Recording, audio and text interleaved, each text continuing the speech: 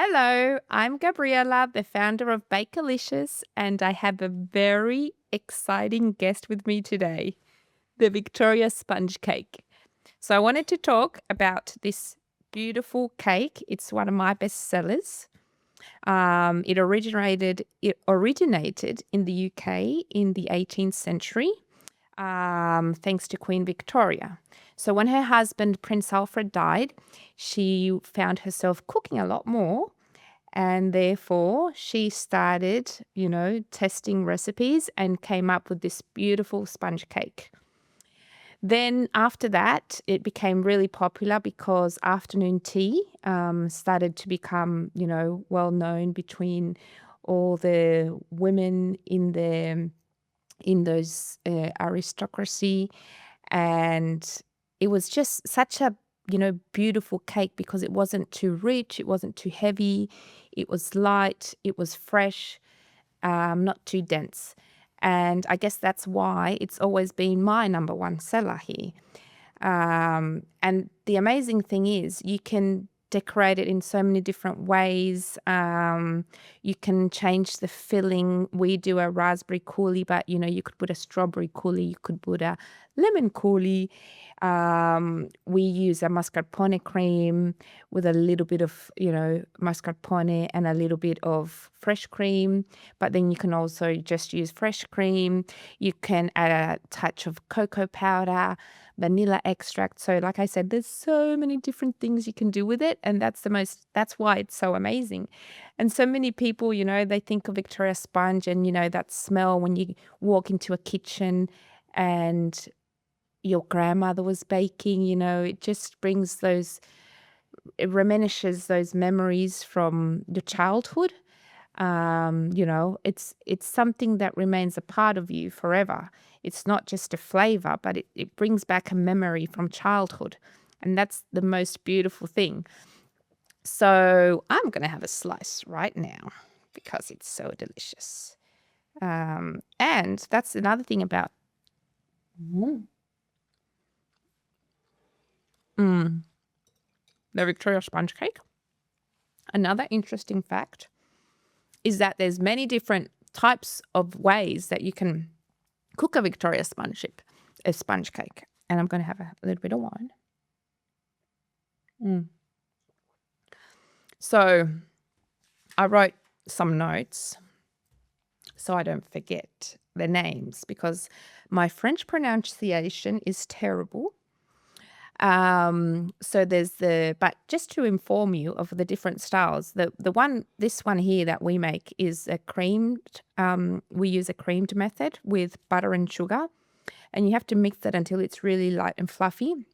And then you fold in the flour, milk, and that's pretty much it.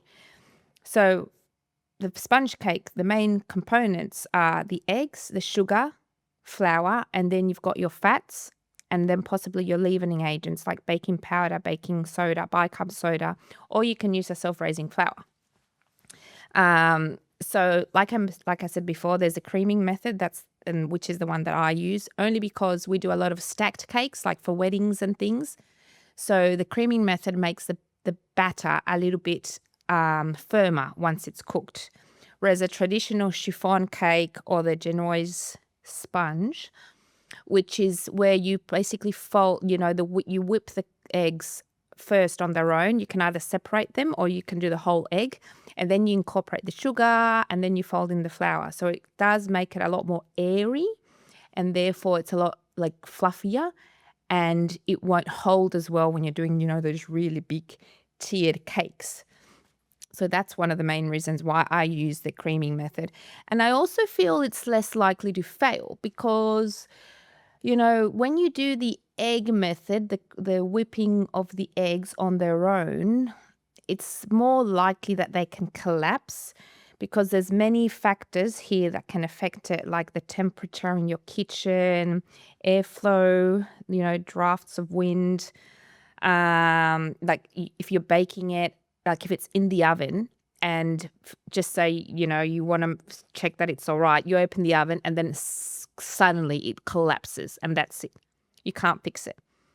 Whereas with this cake, the creaming method, the sponge is a lot, more resistant. It's more resilient, I would say. It's a more resilient sponge.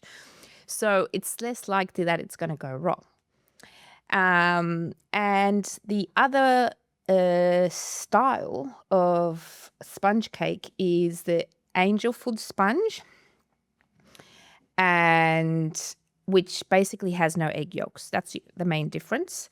And there's this jacond. I don't know how to pronounce that, but it's basically Jaconde sponge, which I believe is French as well, because the French are great bakers, but us South Americans can be amazing bakers too. Do not forget that, everyone, because there is a stigma. There is this thing, cultural thing, that people think that only French bakers, are renowned for their cakes, but that is not true. There's many amazing bakers all over the world, and including South America. So back to the Jacon sponge. This one has nuts in it. So you can use almond meal. You could use walnut meal as well. And I mean, potentially you could use any nut meal, pistachio, right? It'll give you it will give it a really nice green color. I personally don't like using nuts because we bake for a lot of kids and there's many allergies nowadays. So I try and, stop myself from using nuts. Yes, there is something, special about a sponge cake with nuts in it. It does give it a very nice touch, but it's not something that I do on the everyday basis, right? So yeah, so that was it. So we had the creaming method, we got the Genoise sponge, we have the chiffon cake, angel food cake, and then the Jacon sponge. So there's like 5 different types of cake. Tres Leches has a different type of sponge cake that we use for it. But today we're here to talk about the Victoria sponge because it is my number 1 seller and it's so beautiful and fresh. We put, a lot of people also call it the sandwich cake because, you cook the sponge in the oven, you basically take it out, let it cool, and you use a serrated knife to cut it. Please do not ever cut a hot sponge cake with a knife because you're going to ruin it. So please don't do that. Wait till it's cool. You can put it in the fridge if you like. Maybe not good for a household fridge, but in a commercial fridge, yes, you can just chuck it in when it's hot, and then cut it. And then, people use a bit of syrup to soak the sponge just to make it a bit more moist. But I never do because I think all cakes have enough sugar in them, so we don't need to add any more. And that's why I just use a little bit of water. So that's my secret, just a tiny bit of water in the sponge.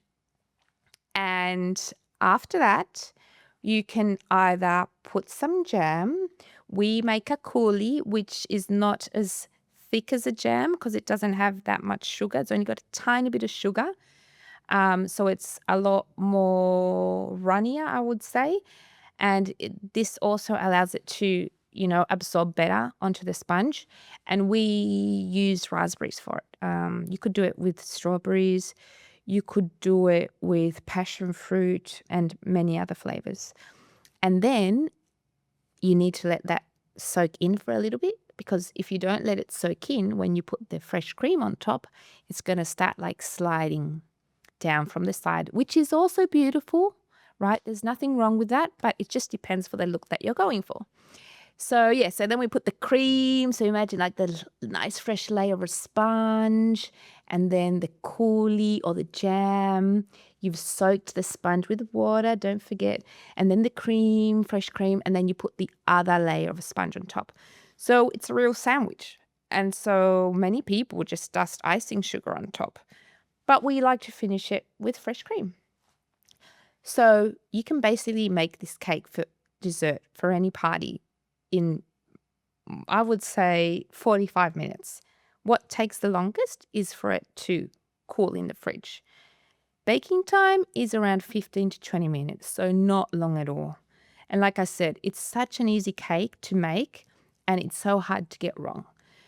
The main factors for the cake to work when it comes to baking is the fluffing of the butter and the sugar, as I call it. Because on a cold winter day, just imagine those really cold days and it's miserable outside and it's raining. The butter and the sugar, they're not going to cream. Even if you have the butter out, you take it out the night before and you start baking in the morning, the butter's not going to be really, really soft. So even if you're mixing it, in a mix like a mixer with a paddle attachment, I meant to say. I'm sorry. It just won't fluff up. It'll start like mixing together, but there's a difference between butter and sugar mixing together and butter and sugar creaming together. Because when they start creaming, you actually see that the color starts changing and it kind of becomes fluffy. So here's another trick for you. Hot water, boiling water. You can add a little bit of boiling water to the butter and sugar while it's mixing. But when I say a little bit, I would maybe like 2 tablespoons, and you just pour that in, and you're going to see straight away how the butter and the sugar really start emulsifying, because they do need to emulsify. And then that's where you'll have to let that, mix and mix and mix and mix and mix for a few minutes. That is the secret. Patience and love, like many people say. But yeah, whenever I bake, I try and envision whoever's going to eat that slice of cake, that they're going to be like smiling and just having this such a joyful moment, where they think back to a time when they had a beautiful cake, if it was at a celebration, at a wedding, at a birthday, at a special event, or even when they just got home after school and, your mom, your grandmother, your auntie, someone just had a little slice of cake there waiting for you. That is the most beautiful thing. So I always envision that when I bake. And yes, I do feel it makes all the difference, right? There's in South America, in Chile, we have this, our way of saying afternoon tea is once, which is basically, you spell it ONCE. And you have this it's like a dinner, because our main meal is lunch, right? We have a really big lunch with main course. We have an entree, then we might even have a little dessert. And everyone goes home to eat at lunchtime. Basically school, work, everything stops. You go home for 2 hours. You eat a proper meal. You have a siesta, which is a little afternoon nap if you want. And then in the evening, you have once. So once is like our afternoon tea, but it's more like a dinner. It's like a light dinner. So there we would always have a really nice slice of cake or dessert or anything, and maybe a slice of toast, a little salad, something to go with it. So for me, desserts reminds me of that, because you're always there with with your loved ones, your family, and it just it creates a beautiful memory between everyone. So that's the Chilean once. And what else? I mean, the Victoria sponge. Victoria sponge. I've had Victoria sponge collapse in my car. I've had a wedding cake that was a Victoria sponge that got completely destroyed thanks to one of my drivers, and I had to remake it in less than 2 hours and then deliver it 40 kilometers away. So I had tears falling down my eyes when I was driving, because I was getting stressed that the bride was going to start getting stressed, and I didn't want the bride to be stressed on her special day. But yes, things happen as much as you don't want them to, as much as you try for everything to always run smoothly and perfectly. But sometimes Victoria sponge cakes collapse. A lot of the time, actually, because they just have cream. And cream isn't great. at, creating these big structures, right? Because it's not like buttercream or fondant or icing, which, has a lot of butter. So it really like makes them sturdy and firm and stabilizes them. Cream is not like that. And cream, you leave it out, a bit too long and it starts going a bit yellowy. So the color starts changing. Um, and yeah, it's really interesting because it's like I said, my bestseller, such a simple cake. But then there's also so many like little things, little aspects of it that you need to know. Um, like the cream, like I was saying. The cream, so I'm having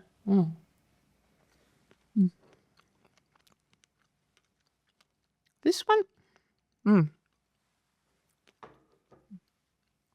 The cream. Back to the cream.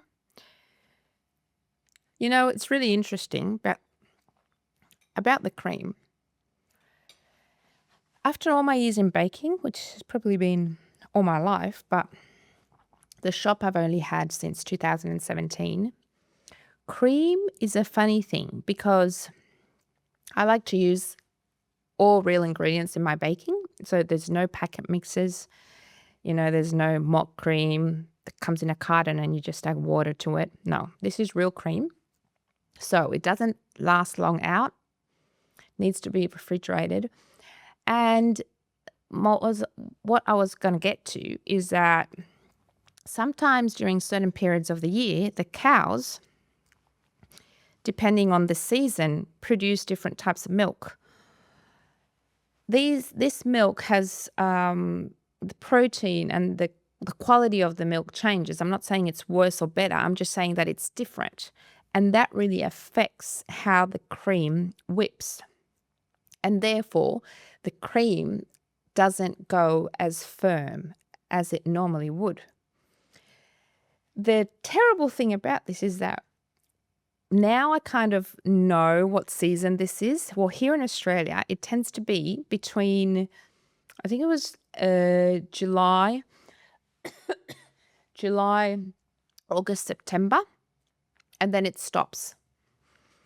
But we always seem to have a problem every year during those months, and it's just really hard for the cream to whip.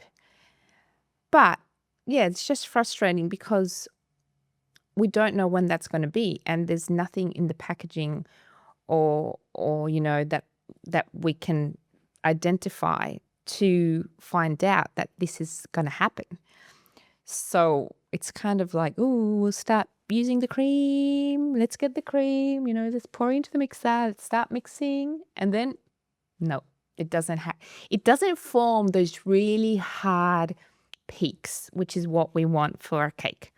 You can get the soft peaks, so it's perfect if you're doing a mousse or something like that.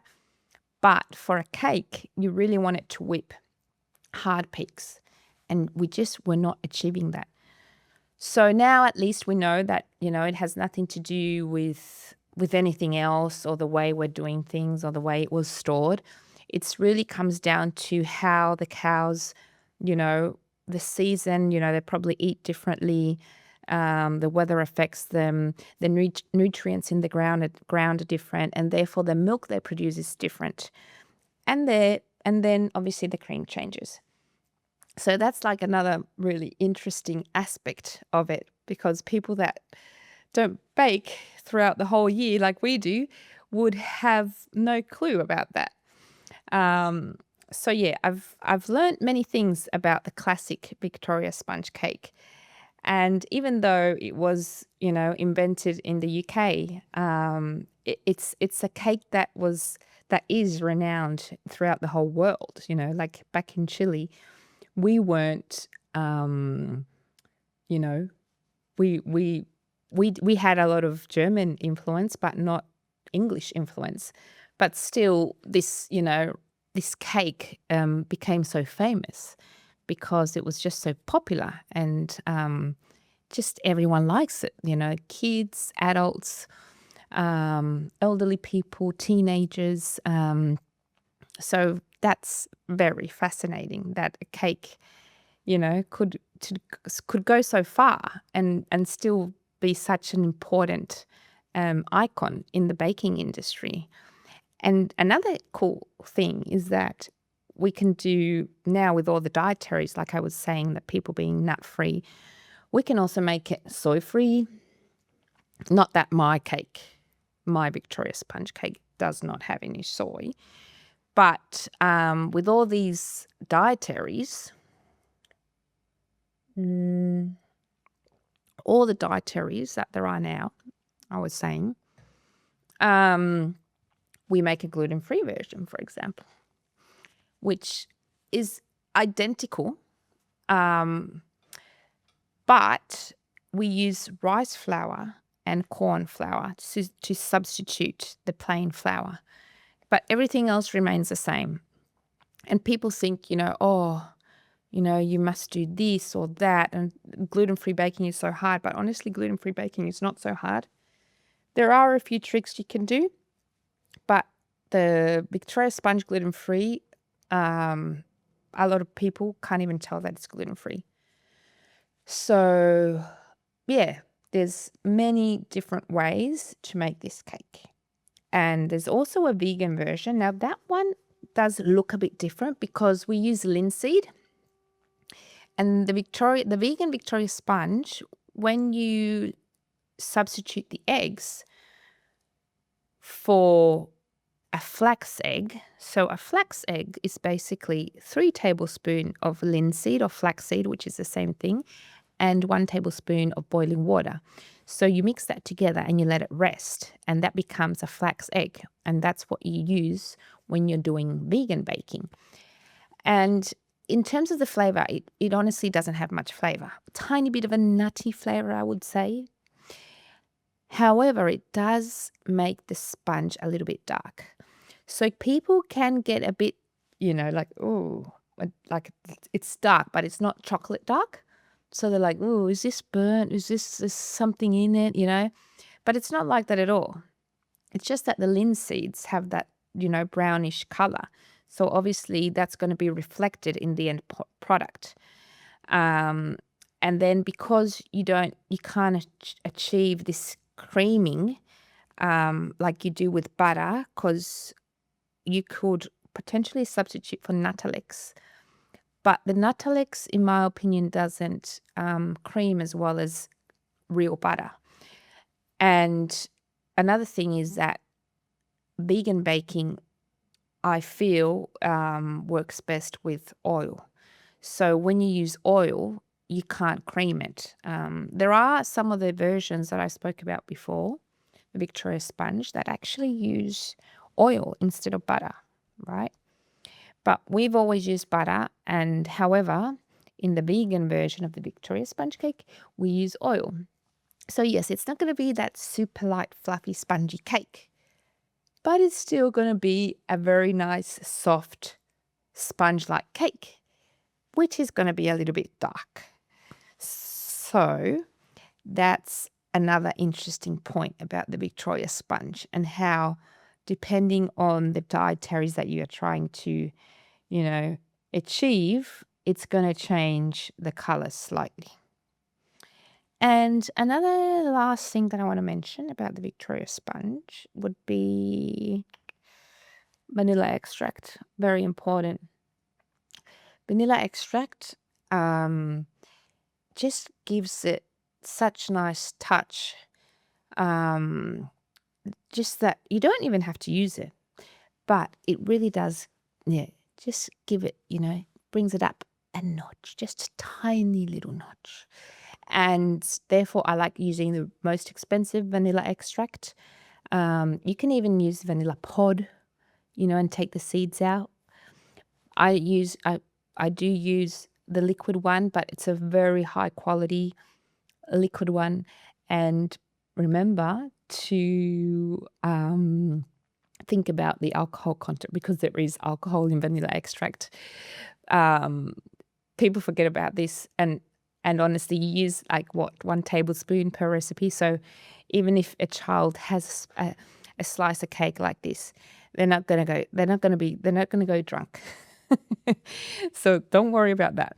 But it is an interesting point to remember that vanilla extract does have alcohol in it. And Victoria Sponge does have vanilla extract. So, yeah, just something to keep in mind. So I'm going to keep eating the Victoria Sponge cake because it's my bestseller. And even though it's not my favorite cake, and I must say, I would not personally buy a slice of Victoria Sponge cake because unfortunately I know that many cake shops nowadays, they want to cut cost and they use packet mix for everything, which is understandable because it just makes, labor costs go down. It's so much quicker. You can't get it wrong. It's never going to fail. But I refuse to do that. I will always bake with real ingredients because I would rather just kill myself if I need to use packet mix, because it's so important for me to, just get everyone who tries my cake to reminisce on those beautiful memories of the past, or even if they have no memories with a beautiful cake, just for them to treasure that moment and enjoy it so very much. So that's me and my special guest, my dear special guest, who won't be here for much longer. So say goodbye to Victoria Sponge Cake, and I will see you next time. Thanks for listening. Bye.